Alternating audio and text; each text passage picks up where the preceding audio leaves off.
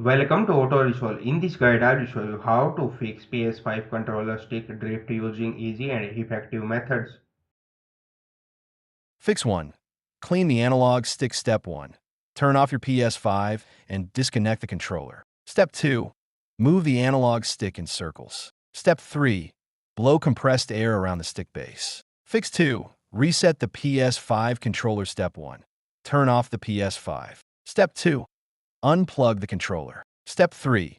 Use a pin to press the reset hole on the back for 5 seconds. Step 4. Connect the controller to PS5 with a USB cable and turn it on. Fix 3. Update PS5 controller software. Step 1. Go to Settings on PS5. Step 2. Open Accessories, Controllers. Step 3. Select Wireless Controller Device Software. Step 4. Update if available. Fix 4. Adjust in Game Dead Zone Settings. Step 1. Open the affected game settings. Step 2. Go to Controller or Controls. Step 3. Increase the dead zone slightly. Step 4. Save settings and test.